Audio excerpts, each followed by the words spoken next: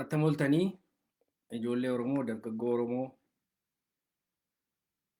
qeerroof qarree Oromoo akkam jirtu fayyaa keessanii mee muuziqaa Adam Haaruu kana nan jaalladha akkuma isin beektanii isaaniin jalqabaa.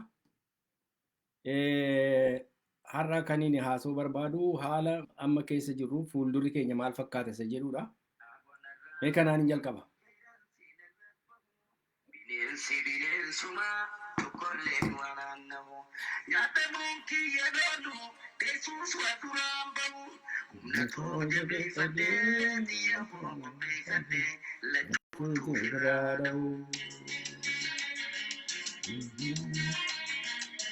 Barnoota tokko tokko walirraa arganna ilmaan Oromoo. Fuuldurri keenya maal fakkaata? Maal ta'uuf deema? Nummoo tarkaanfii akkamii fudhachuu qabnaa? Kanaaf maal gochuutu nurra jira? Akkamitti qophaa'uun nurra jira? Maaltu nu baasa? Kanarratti haasa'uu qabna. Maaliif itti adeemaa jiru? Wanti kunoo jedhan kunoot jedhu gaaffata. Yoo ittiin qophoofne harka duwwaa jirra jechuudha. Kunooti jechaa baanee kunoot yeroo jennu waan ittiin qophoofne hin qabnu taanaan waan lafaa fuunu hin qabnu. Harka namaatti deebiin kufuun ilmaan Oromoo. Kanaafitu har'aa kaafnee maal fa'aa qophaa'uun nurra jira? Maal gochuun nurra jira? Akkamitti dubbii kana walii maffannee akkamitti ilaaluu dandeenya? Akkamitti gadi qotuu dandeenya? Dubbii duuba dhokatee caakkaa keessa dhokatee dukkana keessa dhokatee achi saba keenyatti deemu kana akkamittiinitu ilaaluun nurra jira isa jedhu isin ilaaluu isin ibsuu yaada hamma hin danda'e. Isarra dhaabattaniitu isa jedhu kanarra dhaabattanii more investigate gootu more qotaatu qoffoon ilaaltu hin bartu ilmaan Oromoo. Kana inni hin barbaadu. Akkasiin effortii irratti dabaltan, akkasiin barattan, akkasiin gaafattan, akkasiin maaltu nu baasa jettan namni hundumtuu qooda keessatti fudhachuu qabu. Wal'aansoon kun namni tokko monopoliidhaan namni qabu. Wal'aansoon kun kan hunduma keenyaati. Kan saba keenyaati. Kan biyya keenyaati. Biyya abbaa keenyaati. Kanaaf hundumtuu qooda keessa fudhachuu qooda keessatti fudhachuu. Inni tokko harka maratee taa'ee inni tokko waa tokko gochuu hin danda'u. Wal malee isa ga'uu hin dandeenye. Kaaba kib bahaadhiya. Oromoon jiru hundumtuu walitti dhufee wal duukaa socho'uu danda'u turre. Wal duukaa deemuu danda'u turre. Kana kan nu baasuun jedha jaalmaan Oromoo. Isaan haasa'uu barbaada hamma hin danda'etti. Wanta jiru lafa kaa'uu barbaada.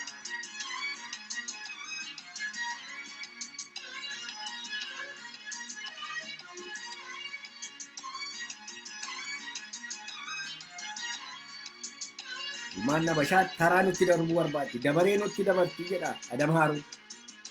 Inni kun nurraa bu'u, inni kun nu yaabbata, inni kun nurraa bu'u, inni duddi nu luqa'e. Bineensi bineensuma, bineensi hundumtuu bineensuma. Garaan isaanii nuun na'u ilmaan Oromoo. Diina, diina ilmaan na bashaa. Lachuutu ofirraa qabu jedhaa bee.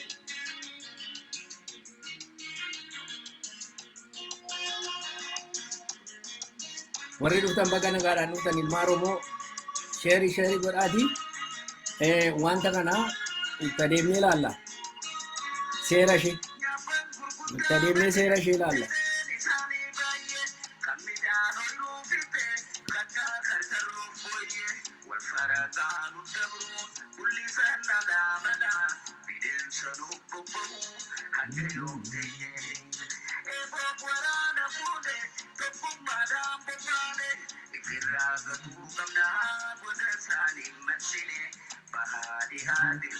Bahaadhiyaa dirmannee ilmaan Oromoo.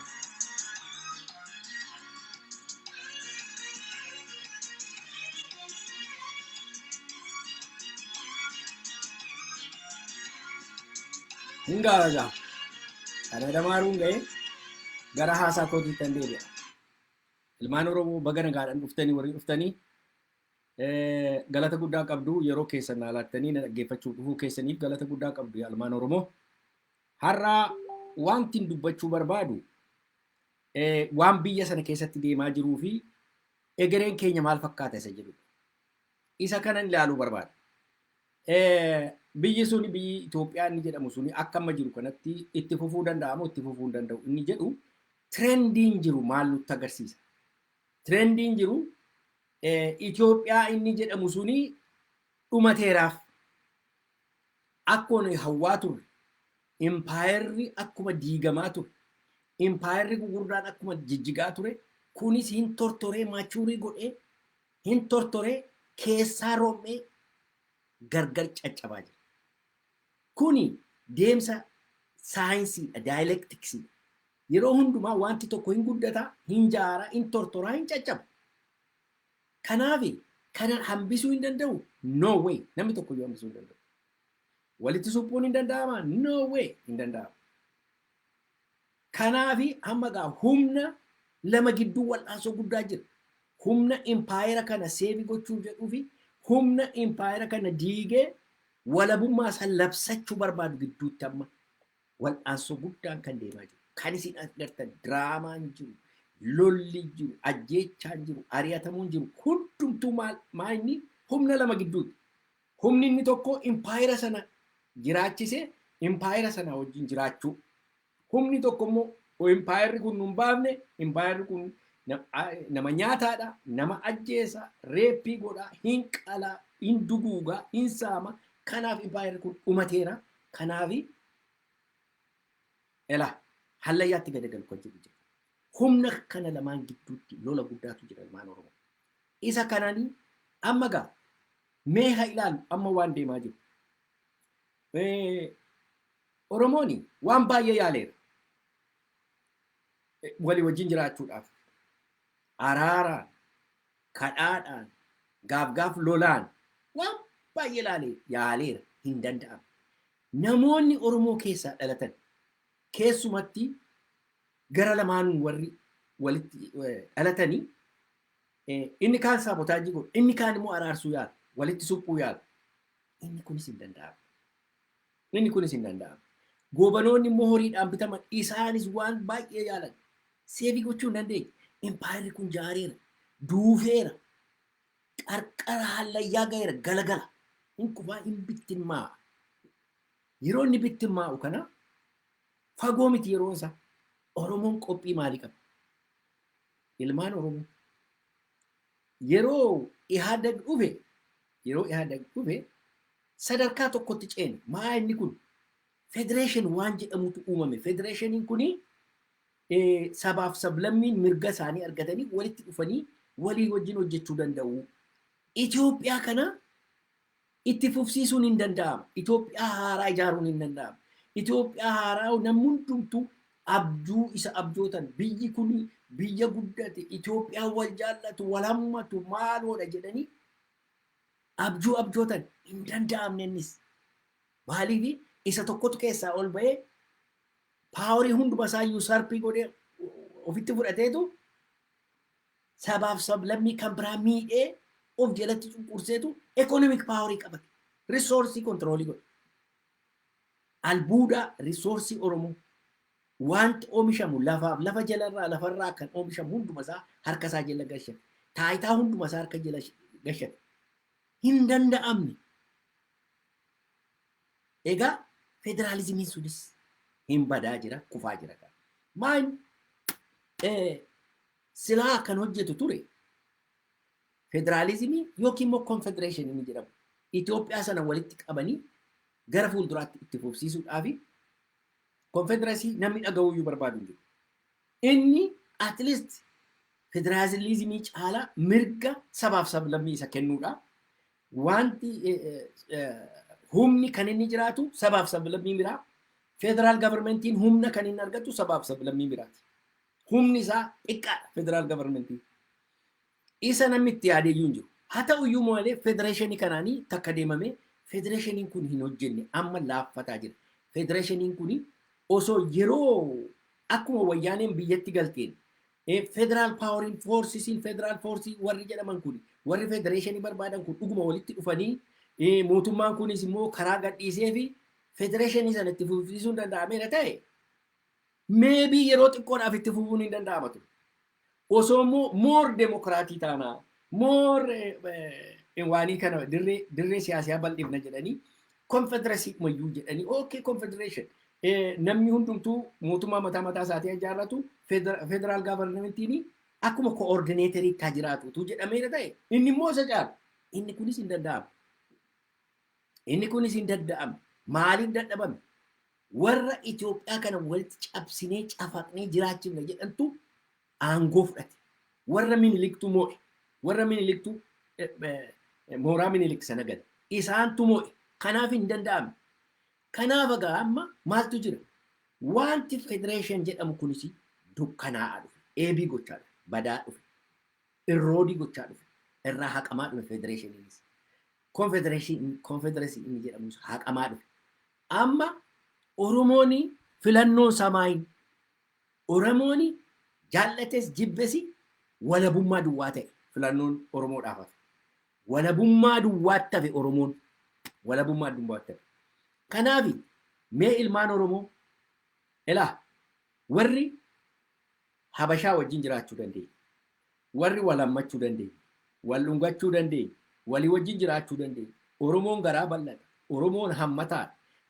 Biyya Oromiyaa keessa Amaara baay'ee jira miliyoonaan kan lakkaa'aman. Oromoo wajjin Amaaraa wajjin jiraachuu caafee Oromiyaa keessa gashinee wajjin jiraachuu nurra jira. Mootummaa biyyoolessaa garboolessaa maaloo isa jedha wajjin dhaabbanna lammiilee Oromiyaa inni wajjin jiraachuu dandeenya. Oromoo Amaara itti bu'uun nurra jiru. Mi'a isaanii ittiin bu'ina nama isaanii ittiin dubbatina. Kana warri jettaniifi waa laman isinii dhiyeessa. Keessumatti warra Amaara kana uummata Amaara kana warra hin beekneefi warra hin beekneefi har'a intellectualiin Amaara eliitiin Amaara attamitti yaada. Gurbaan tokko lecturerii university. Lecturerii university keessa barsiisa gurbaan kun. Assistant lecturerii. Mee waan tannaasa gurra keessan kanaan dhage. Waa laman isinii dhiyeessa. Tokko mootummaa Amaaraa. Mootummaa biyya Amaaraa. Lammata immoo lectureriin Amaaraa tokko namni university keessa barsiisu tokko egaa eliitii isaaniiti warri kun jara kanaan geggeeffamaa jiru jara kun. Mee wanta isaan haasa'an isinii dhiyeessa ilmaan Oromoo. Dhaggeeffadhaa kana. ብቻ የተጋረጠ ይመስለናል። እውነታው ግን ኢትዮጵያን የማፍረስ ትልቅ አጀንዳ ነው። በዛ ልክ ነው የምንረዳው እና ዛሬ ለአማራ ሆነ እንጂ ግድያው ምክንያቱም ዘይነውት ማን ሊያስቆማቸው እንደሚችል ኢትዮጵያን ከመፍረስም የትኛው ኃይል ሊታደጋቸው እንደሚችል ያውቁታል። እነዚህ የፖለቲካ አክተሮች ዓለም አቀፍ ያሉት ከውስጥም ሆነው ሀገራቸውን ለማፍረስ እያገለገሉ ያሉ ቢትሬየርስ ሀገራቸውን የከዱ እና እነሱም ቢሆኑ የራሳችንን ሪፐብሊክ እንመሰርታለን የራሳችንን ስቴት እንመሰርታለን which is delusional ኢትዮጵያውያን እንደ ጂፕሲስ ሀገር አልባ ይሆናሉ እንጂ በኢትዮጵያ ኮንስቲቲዩሽንሲ ውስጥ ሀገር ሆኖ የሚቀጥል ህዝብ ካለ እኔ በሚቀጥሉት 30 ዓመት ታዘበኝ ታሪክ ይፈልኝ ሀገር ሆኖ የሚቀጥል ህዝብ ሀገር አልባ የመሆን እድል ይኖረናል እንጂ ሀገር የመሆን የሚችል አንድ ህዝብ ኢትዮጵያ በሚባለው ኮንስቲቲዩሽንሲ ውስጥ የለም። የዚህ ህዝብ ጣፈንታ እጅግ የተሳሰረ ብቻ ሳይሆን በጋራ እንዲሻገር የተፈረደበት ህዝብ ነው። በተናጠል የሚደረግ አማራውን በመግደል ኦሮሚያን የሚባል ሀገር እሰራለሁ ትግራይን የሚባል ኮንስቲትዩንሲ ይፈጥራለሁ ኦር የሆነ ሌላ ኮንስቲትዩንሲ ይፈጥራለሁ ብትል በትክክል እሳት ውስጥ ትኖራለህ እንጂ ሀገር ኖሮ በነፃነት የምትኖርበት ሁኔታ አይኖርም። ግን እንደ ህዝብ የጋራ ኮሚትመንት ውስጥ ሞራል ኮሚትመንት ውስጥ ገብተን እንትን ምንልና አማራውን ማዳከም ኢትዮጵያን የማፍረስ አጀንዳ ትልቅ አጀንዳ ነው። ግን አፍራሾቹም ቢሆኑ አማራውን በማዳከም ሂደት ውስጥ የተዘመዱት ህዝቦች በምንም አይነት ተአምር ሀገር ሆነው እንዲኖሩ የሚፈቅድላቸው ማንም ትውልድ አይኖርም። የሚፈቅድላቸው የትኛውንም አይነት ስቴት ሴኩሪቲ ሲስተም ቢጠቀሙ ሀገር ሆነው የመቀጠል የኢኮኖሚ አቅም መፍጠር እንችላለን ብለው ቢያስቡ እንኳን ሀገር ሆነው የመቀጠል እድል የላቸውም አንዳቸው። ኦኬ ይሄንን አይረዱም። ስለዚህ አማራውን በመግደል ilmaan Oromoo kunoo dhageessanii Amaarri kuni lecturerii eliitii Amaaraati nama barate enlightened nama ta'etu ayfaqqadamsiin jedhama. Itoophiyaa keessatti biyya sana keessatti mootummaa biyya mataa kootiin dhaabbadha jedhee jiraachuu hin faqqadamu. Abidda keessa taa'a malee tokkoffaa economic background qabaachuu hin danda'u. Economiidhaanis jiraachuu hin danda'u. Poolitikaadhaanis jiraachuu hin danda'u. Taasa hin danda'amu Itoophiyaa ta'ee jiraachuu irra jira. Malee hin ayyamnuu siin jedha ilmaan Oromoo. Kuni nama barate wal'aalaa miti. Warra amma gaa opinion makers warra jedhaman. Warra Amaara kana walitti qabanii Amaarri uummati isaanii itti amane jala yaa'ee Oromiyaa keessatti, Wallagga keessatti, Shawaa Kaabaa keessatti, Walloo keessatti, eessatti deemanii uummata Oromoo lafarraa fixan. Warra Tigraay keessatti dhaqanii uummata Tigraay lafarraa fixan. Jara kana jarri kun. Jara kana egaa maal jedha? Mootummaa mataa keenyaa dhaabbanna jedhanii jiraachuun delusionaliidhaan abjuu argamuu hin dandeenye jedha ilmaan Oromoo. Mee kana dhaggeeffadhaa. Kan biraa moo isinii fida? Kan biraan isinii fida? Kun immoo ሰልፎች በክልላችን ዋና ዋና ከተሞች እየተደረጉ ነው ያሉት። ከዚህ ውስጥ የባህር ዳር፣ ደብረ ማርቆስ፣ ደሴ፣ ሐይቅና ኮምቦልቻ፣ ወልዲያ ላይ ሰልፎች ተካሂደዋል ማለት ነው። እነዚህ ሰልፎች የበርካታ ሰው የተሳተፈባቸው አማራ ክልል መንግስት ኮሚሽነር የሰልፎቹ ዓላማ ኮሚኒኬሽን አማራ ክልል እና በአጎራባች በሚኖርበት አማራ በሚኖርበት አካባቢ አጠቃላይ አማራ ላይ እየደረሰ ያለ ጥቃት አለ። በተለይም ደግሞ በቅርብ በሰሜን ሸዋ አጣዬና አካባቢ ላይ የደረሰ በጣም ዘግናኝ የሆነ ጉዳት አለ። ይህንን ጉዳት በተመለከተ ነው ሰልፎቹ ይህንን ጥቃት የሚያወግዙ ናቸው። በአጠቃላይ ዓላማ የሚያደርጉት በጣም ክቡር የሆነው የሰው ልጅ ህይወት መጥፋት የለበትም። በተለይም አማራ በማንነቱ መሳደድ የለበትም። ኦኬ ከነ ኬሰ ፕሮፓጋንዳ isheen barbaadu amma kana laala kana jechuun maa jechuudha mootummaa Amaaraatu ispoonsarii godha hiriira kana Amaaratu miidhame jedhee Oromoo ambulaansii keessaa baasanii tumanii morma isaa muranii cuubeedhaan caqacaqanii ajjeesu. Oromoo akka sareetti lafa yaa ilma Oromoo biyya sana keessatti second citizenii saba lammaffaa saba gadigaloo taatee jiraachuu kee kanaan beekta. Har'a naannaa Amaaraatti hiriirri hamma kana ba'e namni tokko sareen isaanii utuu rukutamanii manatti galan hamma kana arrabsan sobanii wal arrabsu bara sobanii Abiyyiin arrabsu. Abiyyi caalaa Amaaraaf kan hojjete seenaa Itoophiyaa keessatti hin dhalanne. Haayile Sillaaseen hin hojjenne, Mangistuun hin hojjenne, eenyuyyuu hin hojjenneef. Minilikii itti aanee immoo Abiyyi kan hojjetaaf jiru. Garuu sobanii arrabsu. Hin soba. Jarri kuni Amaarri qophaa'ee ka'eera. Qophaa'ee ka'eera. Oromoo balleessuudhaaf, Oromoo fixuudhaaf qophaa'ee ka'eera. Har'a mootummaa isaaniitu hiriira baasee poolisii isaaniitiin eegsiseetu hiriira baasee deema. Utuu Oromootu ba'e ta'e, utuu Oromiyaa keessatti, Wallagga keessatti yookiin Shawaa Kaabaa yookiin Gujii keessatti ba'e nama meeqa dhuma ture sila. Kumaatamaan lafarratti dhume. Kana gaa Itoophiyaan isin jettan. Kana Itoophiyaa wajjin jiraannaa, maaloodhaan wajjin jiraannaa, sabaaf sablammii walitti qabnee wajjin jiraannaa, wajjin jiraan, wal hammannaa, maaloo taanaa, wal barbaannaa, wal gargaarra warri isin jettan warra kana. Ilmaan Oromoo ilaalaa. Warri akkas jettaniifan ergaa isiniif qaban. Ergaa kan inni isiniif qabu keessumatti warri Amaarri nama baay'ee nu keessa qubatee jira. Amaarri nu keessa jiru attam goona Amaara warra jettan isaanii fi ilaagaa agartan. Istaandii Amaaraa agartan. Hiriira kaleessa ba'e engadda ba'e keessatti Oromummaa Yihuudam Oromoo bal'eessina jedhanii ifaa ifatti Goojjaam, Gondar, Shawaa Kaabaa keessatti Walloo keessatti dubbatu jirru. Ifaa ifatti. Yeroo kana Oromoon immoo maal gochaa jira? Keessumatti warri daldaltoonni Oromoo keessatti dhalatanii guddatan. Oromoon hammataa, Oromoon jaallataa. Maal jedha tokkotu kataba maqaa isaa dha'uun barbaadu. Maal jedhee kataba? Warri Amaaraa kun jedha. Warri Amaaraa biyya Amaaraa keessa akkas godhatan kuni Amaara warra nagaadhaan nu wajjin jiraatu.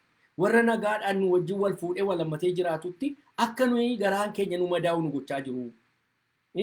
Amaarri baay'een biyya keenya keessa jira. Isaan nama nagaadhaan. No. Namicho jarri kun nama nagaa miti.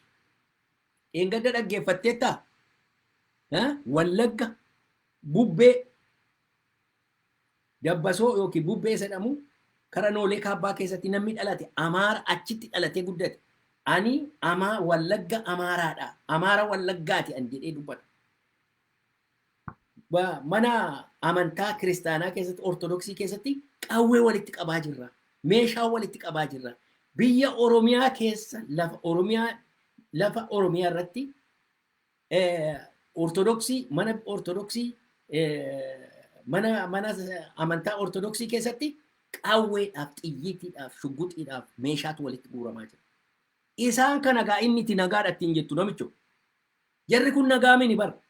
Jarri kuni kutatanii ka'anii ilmaan Minilik saba keenya ciranii qalanii iddoo duriitti deebisuudhaaf kutatanii eenyutu isaan gargaara? Warra biyya keenya keessa qubatee jiru. Ilaa dhaggeeffadhaa. Warri biyya keenya keessa qubatanii jiru koo jaalalaan hin dhufne bara. Jarri kuni gaafa dhufanii raasota isaanii, dajjaasmaachota isaanii, nafxanyaa qawwee guuranii dhufaniitu magaalaa Oromoo keessa qubatanii Oromoo gabbarsiisanii jiraataa turan. Jarri kuni kiriminaalsiidha. Warra isin har'a wajjin jiraanna nu keessa baay'ate nu meessa miliyoonii dhibba hataatu. Jarri kuni kiriminaalsiidha. Oromiyaa yoo uumame mataasaayyu isaan kun piroosesii baay'ee keessa darbuutu irra jira. Oromoo akka Oromootti fudhatamuudhaaf. Oromoo ta'uudhaaf. Inni kaan addanaa utaalee ammuma caaffee Oromiyaa keessa sin gashina. Wal hammanneerra, warrirraa godhanneerra, warrirraa dhalleerra, baaloo jedhanii haasa'u. Warra warrirraa dhalanneerra, warrirraa dhalleerra warri jedhan kuni kana baruu qabu. Oromoo fuudhanii hallayyaatti akka gashaa jiran. Oromoo deebisanii ilmaan Minilikitti akka kennaa jiran. Oromoon kana beekuu qaba. Impaayera diigamaa jiru warra suphuu barbaadu warra akkasiiti kunu. Har'a yoo agartaniitu ta'e miidiyaa kanarratti dheengadda tokko Los Angelesitti ambaasaaddara ture. Maqaa isaallee namu beektu. Gaafuma ambaasaadarummaa sanarraa fudhatan folok jedhe galagalee dhufeetu asii achi galagalee dheengadda Oromoo arrabsee adda bilisummaa arrabsee muuvimentii Oromoo xiqqeessee arrabsee nama haasa'u viidiyoo seelaman irratti baasee namicha kanarratti. Har'a immoo akkas gilbix leebaa warra jedhaman tokkichuma galagaleetu gama kana dhaabatee asii achi duutuutti ka'e. Opportunity eeggata. Akka isaan buchi kottuuti addunyaa taayitaa siilaannaati hindutiin lammaffaa akka isaan jedhan sana barbaada. Oromoon kana baruutu irra har'a OMN irratti ba'ee inni akkasitti nama balaaleffataa ture Oromoo xiqqeessaa ture gadi ba'ee haasa'a. Intini kennuuf isteejii kennuuf warra akkas akkasiitiif. Mee ilaalaa ilmaan Oromoo. Oromoo sabi keenya kuni waan xiqqoodhaan gowwoomfama. Warra akkasii kana hamma danda'ame saaxiluutu barbaachisa. Sabi keenya rakkinni isaa inni guddaan akkan kanaan dura dubbadhe. Hattuu si wajjin jiru maqaa dha'uun barbaadu. Hattuu si keessa lixeessi gurguratu si ajjeesu si qalchiisu maqaa dha'uun barbaadu. Maqaa isaan dhooftu. Maqaa soddaati kaa. Attamitti maqaa dhoofta. Maqaan dhaynaa. Maqaan dhaynaa. Neeming jechuun waan negoosheeshinii keessatti waan barbaaduu fi nama si miidhe himuutu sirra jira. Hattuu amma dur jabana durii yeroo awucaaciin iseedhaan baasanii waa mana keessaa alaa sangaan baatamu waan tokko hattuun mandara keessaa nama gamsiistu awucaaciin isee jedhan daanyaan walitti qabu. Yeroo daanyaan walitti qabu Oromoon hattuu sana beeku bara hin beeku eenyu akka ta'e. Maqaa dha'uu sodaatu aadaa fokkataa tokkotu jira. Maqaa namaan dhaynaa. Maqaa namaa akkamitti dhooftan. Maqaa namaan dha'anii namicha achuma ta'a. Yeroo isaan hattuun nu keessa jira kana innis ka'ee nama beenna kunoo anaanis wayyaa kobbade qottoo kobbade maaloo kobbade jedhee haasa'a. Akkasumatti waliin wallaalamee awucaacinyi kana keessa oolaniitu birii tokko lama qixaati kaffalanii galu mana isaanii. Akkasumatti jiraatu.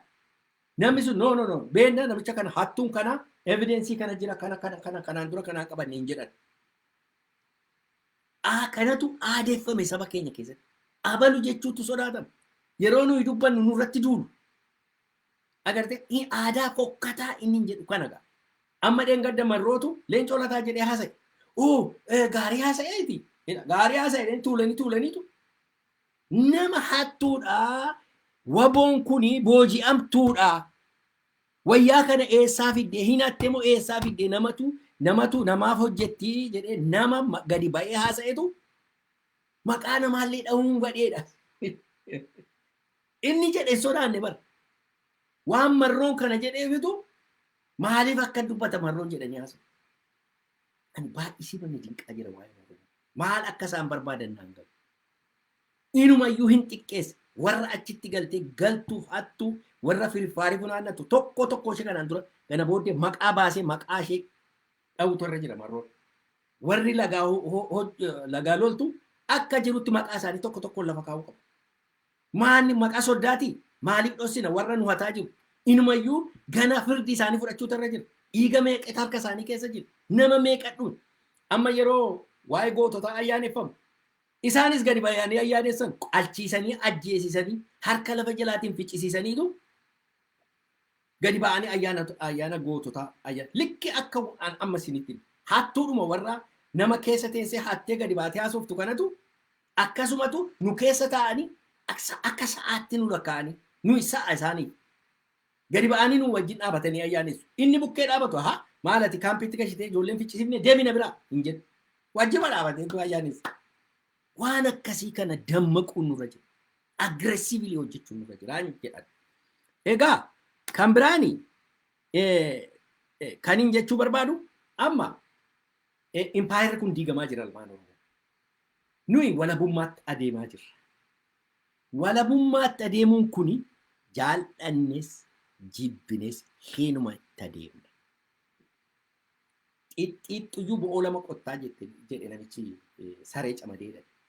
Heenuma itti adeemna. Maaliif itti adeemnaa jira? Ilaa ilmaan Oromoo. Poolitikaan saayinsiidhaa jedhee barsiiseera kanaan. Impaayirri kuni tokkoffaa Amaarri ofii isaaniitii doomineetiin godhatan ta'anaan poolitikaadhaaf ekoonomiidhaanii completely control jechuun akka jirutti to'achuudha baannaani nama dhuma malee hin dhiisan. No negotiation. Amma himataniiru isaa. Kan hin himanne kan keessaa baaseen dubbanne Oromoo. Oromoon har'a gadi ba'ee kiliilii lafa kaachuu ture. Yes. Republic of Oromiyaan ijjeerradha jechuudha. Amma amaartichi kun wanta naasawu. Republikin naa qaaqaaman delusional jedheetu nu arrabsa. Ilmaan Oromoo. Abidda keessa jiraattu. Inni abidda keessa jiraattu jedhu ortodoksii keessatti qawwee walitti qabateera. Garaacha biyya keenyaa keessatti, Wallagga keessatti, Iluu Abbaa Booraa keessatti, biyya Fatansaa Iluu keessatti, Jimma keessatti, biyya Abbaa Gommoolfaa keessatti, kunoo Arsii keessatti, Baalee biyya Waaqoo Guutuu keessatti, Harargee keessatti, akkasittiin deemanii Shawaa keessatti akkasittiin walitti qabataa jiru. Beeta kiristaanii keessatti. Isa beekanni kanaafittu abiin gubattu isin gumnaa'edha. Oromoon yoo ka'e halkan tokkotti akka inni irra galagalee dirraasha ishee lafarraa ishee fixuun beektu. Kanaafitu isaani doomineeshinii ala tasa fudhataa jiran tokko. Lammata Tigreen kutte yuuniyeenii kana keessa. Never ever Tigreen Amaaraa wajjin Itoophiyaa keessa yoo jiraatte yoo Amaara 100% kuma tokko jilbeenfachiiste boolla isheen dhuftetti deebistee yoo hin feenceefsifne Tigreen hin jiraatu. Isa immoo barbaaddu ani humna kanan qabu xaaxaa isheen naqu jennaan safara isheerraa ofirraa xaraddee gaarantii wayii argattee biyya ishee walaboomsitee jiraatti. Amma har'a haalli Tigraay keessa jiru keessumatti warri yuuziin dargaggoon gadi ba'anii maal jechaa jiru? Tasa Reeppaabilikii mataa keenyaa dhaabbanna malee hin barbaannu nu ga'ee jechaa jiru. Fuuldurri isaanii warri dur Itoophiyaa jechaa ture. Warra akka Geetaachoo Raddaa gatii dhabaniiru. Homatu gochuu hin danda'an. Maal inni dubbateera. Ani baay'ee Itoophiyaa jechaan tureen amma garuu humna kootii alaa. Ummatichatu murteeffataa. Yaangii kanatu murteeffataa. Hin dhumate gaa kan isaanii. Tokko keessaa buqqa'ee jechuudha. Oromiyaatu immoo taanaa jechuudha. Amma Amaarri kan isheen barbaaddu akka Tigraay takka Tigraayin akka hin dandeenye bartee. Shaabiyaa Eertiraa qabattee Oromoo kana cafattee Oromiyaa of jala yoo gashite warri Walaayitaa fi Sidaamaan warri sabaaf sablamii kan biraan utuu nuyi bira hin gahin iyyuu naal baatiin sodaatti. Harka laatti kan jiru sammuu akkasii qabdi. hamma dandeesse gaa the last ditch fighting Oromoodhaa wajjin lolatti qophaa'e haalbee qarataa jira. Oromoon immoo clear vision qaba. Isa biyyan bushaa maaloodhaa ikkuulinnati addisituu Itoophiyaa maaloo jedhan gaarbejii kana gatanii completely dhiisuudha kan. Republic of Oromiyaa ijjeerran biyya walaba ta'e ijjeerran jedhanii kanaan deemuu duwwaatu nu baasa. Maaltu nu baasa? Kun opinion kooti. Kan nu baasu akkuma waggaa dheeraa dubbachaa ture. Guyyaan kun hin dhufa jedhee kan dubbachaa ture. Hinuma dhufe gaama. Amma gaa karaa qaxxaamuraa irra geenye. Yookiin Amaaratti sabmiitii gochuu. Kana waboon hin godhu. Waboon loluu jalqabeera. Dhiiga dhangalaasuu jalqabeera. Warri gidduu dhaabattanii roobitanii har'a iddoo keessan bargaanfatanii dhaabachuun hin jiru. Iddoo keessan filadhaa. Waboon lolataa jira. Lolli waboo kun egaa dhiigi dhangala'aa dhiigi jigaa jiru kun kan inni ittiin dhugoomu kan inni ittiin goolabamu Oromiyaa walaboome Republic of Oromiyaa ijjeerrachuudhaan. Isa booddee eega mootummaan Oromiyaa ijaaramee booddee uummanni walitti dhufee gulantaa bilisa ta'e irrattitu murtee isaa geggeessa uummati. Uummati hundumtuu jarri warri sunis hin geggeeffatu. Kan keenya garuu dhufeetu wal gaafatee mari'atee maal jedheetu attamitti jiraanna isa jedhu. Mootummaa akkamii ijaarranna isa jedhu. Gara fuulduraatti kana murteeffata jechuudha. Dura diina biyya keenya keessaa rukutee waboon mootummaa dhaabbata. Mootummaa Oromiyaa walaba ta'e dhaabbata. Kana booddeedha kan namni dhufee gulantaa walaba ta'e sanarrattitu lafa security'n kan Oromoo ta'e. Security kan waboon lafa isheen eeddu. Lafa filannoo waboon eeddu. Lafa waboon kontroolii godhu. Ijoolleen isaa ilmaan isaa lafa kontroolii godhuttitu dhufee sagalee isaa kennata uummati.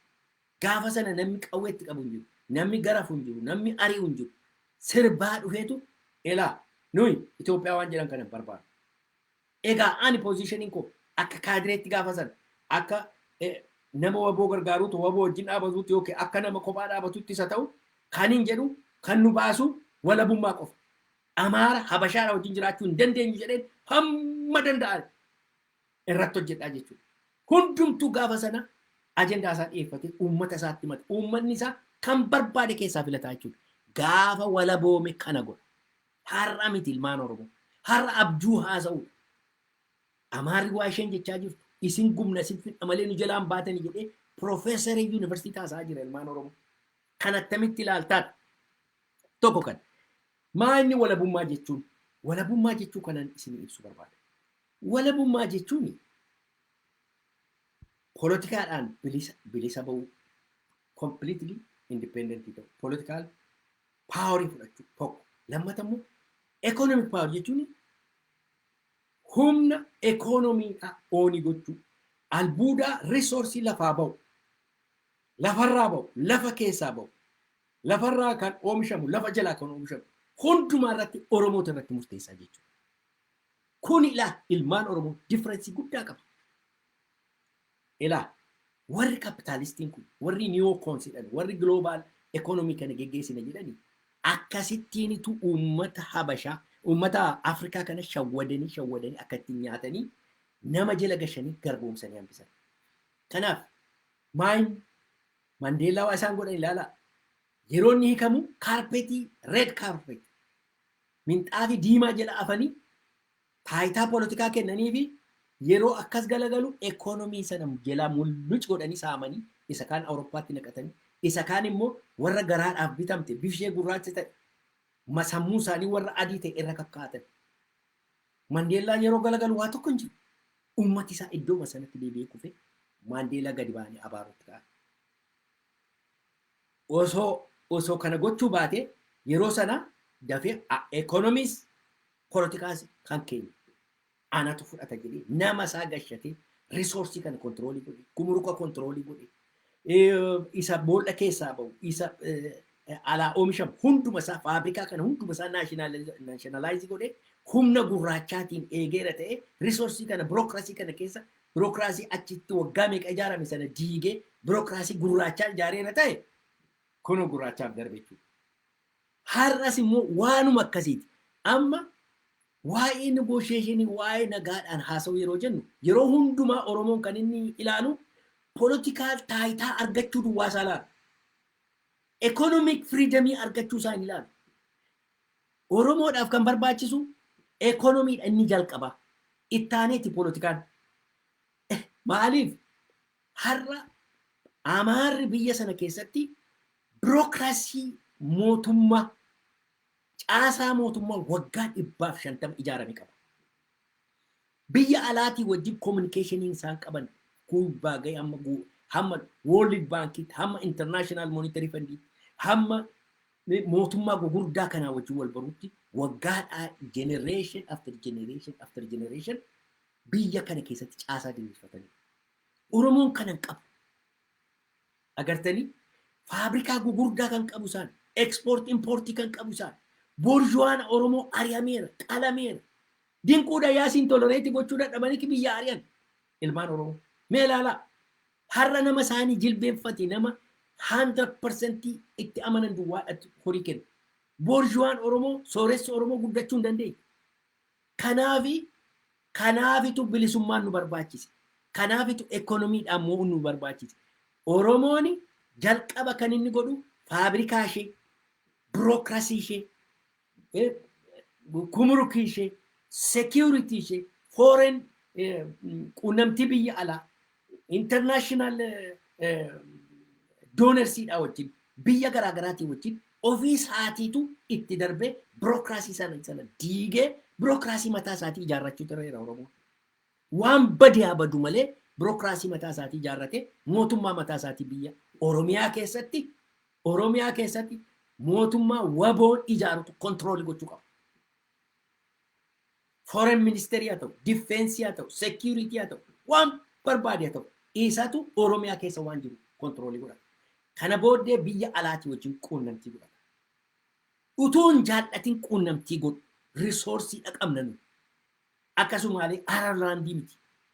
Akkasumaalee taanaa rikoognaayiziin giddii isaaniitti rikoognaayiizii godhu.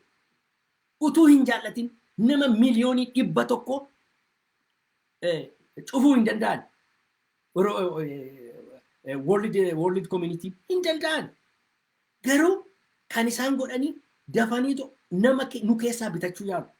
Nama nu keessaa bitatu hamma danda'aman warra ekonomistii, warra politishaansii, warra waa beeku. Akka Oromoonii yeroo diiliitti dhiyaatu diilii gaarii hin arganneefitu nama nu keessaa bitachuu barbaadu.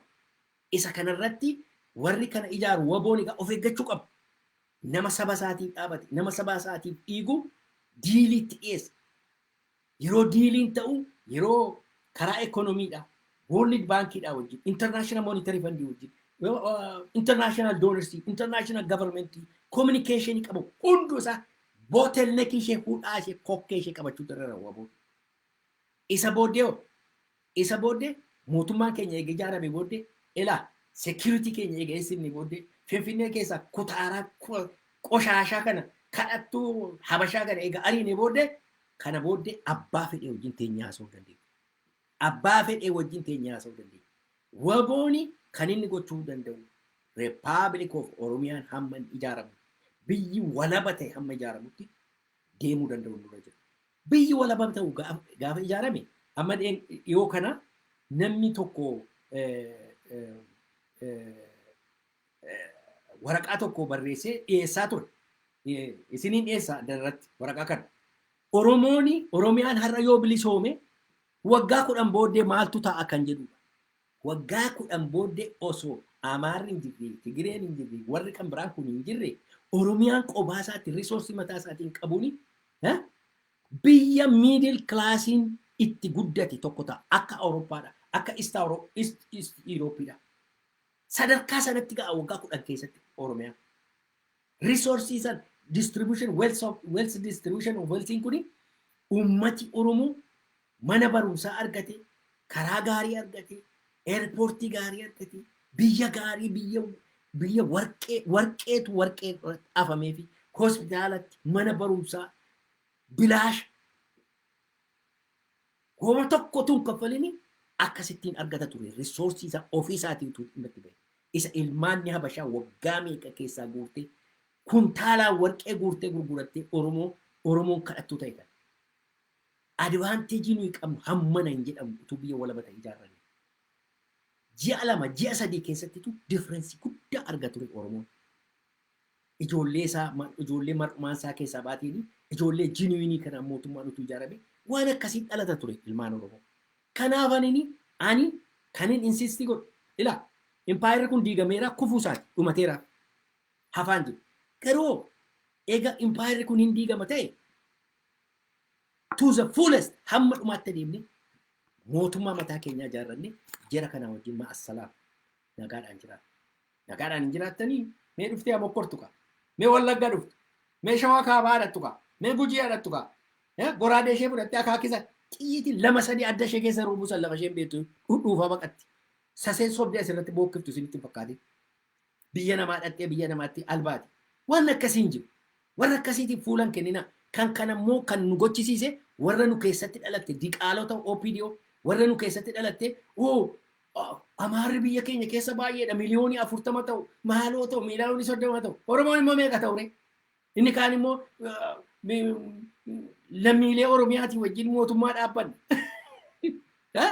Amaaraa wajjin Amaarri sin beekuu. Amaarri wanta isaan hiriira irratti ba'anii Oromoon habadu jedhanii hiriira ba'aa jiru bara.